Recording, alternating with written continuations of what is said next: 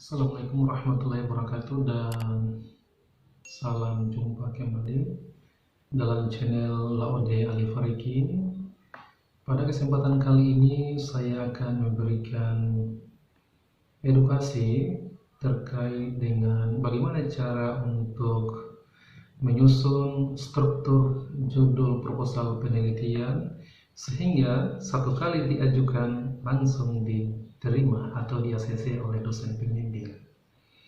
Berbicara tentang pembuatan judul atau struktur judul penelitian, banyak mahasiswa kemudian mendapatkan atau mengalami kendala pada saat memikirkan bagaimana sih menyusun struktur judul yang baik sehingga pada saat diajukan langsung diterima oleh dosen pembimbing. Akan menjadi hal yang sangat rumit memang ketika pemahaman atau pengetahuan terkait dengan menyusun struktur judul proposal penelitian ini tidak dipahami oleh seorang mahasiswa, ya. Oleh karena itu, tidak banyak atau tidak sedikit mahasiswa yang harus mundar-mandir beberapa kali, ya, untuk menemui dosen pembimbing guna hanya untuk meminta saran dari dosen pembimbing terkait dengan pengajuan struktur judul penelitian ini. Dan yang paling fatal adalah mahasiswa merasa enggan atau malu untuk menemui dosen pembimbingnya hanya gara-gara kesulitan dalam hal menyusun struktur judul proposal penelitian ini. Oleh karena itu, melalui kesempatan kali ini saya akan mencoba untuk berbagi tips, berbagi pengetahuan terkait dengan hal tersebut. Dalam menyusun judul proposal penelitian, ada beberapa hal yang harus diperhatikan. Yang pertama, bahwa struktur judul proposal penelitian itu harus bersifat informatif. Ya, informatif dalam hal ini adalah ketika orang atau pembaca membaca struktur judul penelitian proposal yang Anda ajukan, maka pembaca tadi sudah mempunyai gambaran bahwa isi daripada proposal penelitian yang Anda ajukan ini akan bermuara atau berujung pada hal ini. Ya, oleh karena itu secara teoritis dikatakan bahwa struktur judul penelitian yang bagus itu yang pertama harus mencakup variabel penelitian. Apa itu variabel penelitian? Secara umum, ya, bahwa variabel penelitian itu ada dua jenis. Yang pertama adalah dependent variabel atau variabel terikat, dan yang kedua adalah independent variabel atau variabel bebas. Nah, di dalam struktur judul ini, dalam hal pembuatan judul, harga mutlak bahwa dependent variabel itu harus tergambar pada struktur judul yang diajukan. Ya, terkecuali misalkan untuk variabel independen penelitian, ya, bahwa secara umum tidak harus berada pada struktur judul penelitian. Karena kenapa?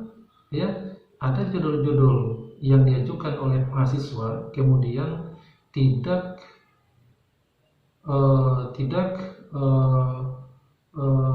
memungkinkan independen variabel harus tercantum pada struktur judul penelitian. Misal, ya, faktor-faktor yang berhubungan dengan kejadian diare misalkan, ya, pada judul itu, ya, yang terlihat adalah dependen variabelnya, yakni kejadian diare. Tetapi untuk independen variabelnya tentu tidak akan terlihat, ya, pada judul itu. Contoh yang kedua, faktor-faktor yang mempengaruhi kejadian diare. faktor yang mempengaruhi ini juga adalah independen variabel, ya, dan secara mutlak independen variabel ini tidak akan terlihat pada struktur judul penelitian yang diajukan, ya. Oleh karena itu, ya, bahwa variabel yang harus terlihat pada struktur judul penelitian itu adalah dependen variabel atau variabel terikat. Syarat yang kedua, harus tergambar metodologi penelitian pada struktur judul, ya. Misal tadi pada judul faktor-faktor yang berhubungan dengan kejadian diare, ya. Pada saat orang membaca, orang sudah bisa memperkirakan bahwa metode atau desain atau jenis penelitian pada judul ini adalah observasional analitik, ya, observasional analitik. Judul yang kedua, risiko kejadian diare. Ini juga sudah bisa memberikan gambaran bahwa ternyata pada proposal penelitian ini, ya, desain atau jenis penelitian yang digunakan adalah observasional analitik.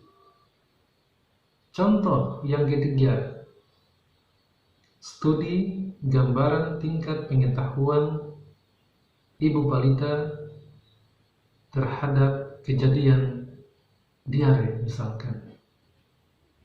Pada judul yang ketiga juga ini, ya, mempunyai struktur di mana di dalamnya sudah terkandung atau termaktub metodologi penelitian, ya. Jadi sudah bisa diperkirakan bahwa jenis penelitian pada judul ketiga ini adalah jenis penelitian deskriptif, ya. Misalkan contoh yang keempat, pengaruh pemberian kirbat es dalam mengurangi nyeri pasca persalinan. Pada judul yang keempat ini juga, ya, sudah tergambar bahwa jenis penelitian yang digunakan adalah menggunakan desain eksperimental. Jadi pada struktur judul proposal penelitian itu, ya, sudah harus bisa ditebak keberadaan daripada metodologi penelitian yang digunakan. Kemudian syarat yang ketiga, bahwa dalam struktur judul proposal penelitian itu sudah harus bisa memberikan gambaran terkait dengan populasi ataupun sampel penelitian, ya. Jadi misalkan pada judul pertama tadi, faktor-faktor yang berhubungan dengan kejadian diare pada masyarakat di desa A misalkan.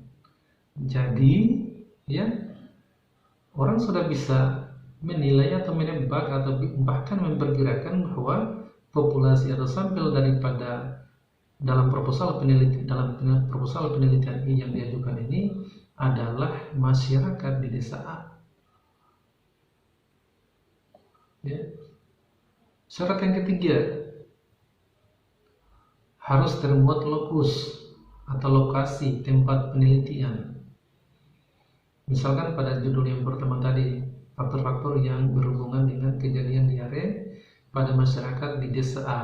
Nah, lokus, ya, atau lokasi tempat penelitian itu pada judul ini adalah desa A, ya. Ada juga tambahan syarat, orang selalu memasukkan periodisasi daripada waktu penelitian. Misalkan faktor-faktor yang berhubungan dengan kejadian diare pada masyarakat di desa A pada tahun 2020 misal, ya, itu akan lebih bagus lagi karena struktur judul proposal penelitian yang juga itu, ya, sudah bisa ditebak bahwa periodisasi pelaksanaannya pada tahun 2020. Ya, jadi itulah tadi beberapa faktor, ya, yang harus atau item-item atau komponen yang harus ada pada struktur judul proposal penelitian, sehingga Anda tidak akan mendapatkan kendala ketika mengajukan struktur judul seperti ini pada dosen pembimbing. Ya, saya kira terkait dengan materi bagaimana cara untuk menyusun struktur judul penelitian yang baik, sampai di sini saja. Dan selanjutnya silakan tunggu video selanjutnya. Assalamualaikum warahmatullahi wabarakatuh.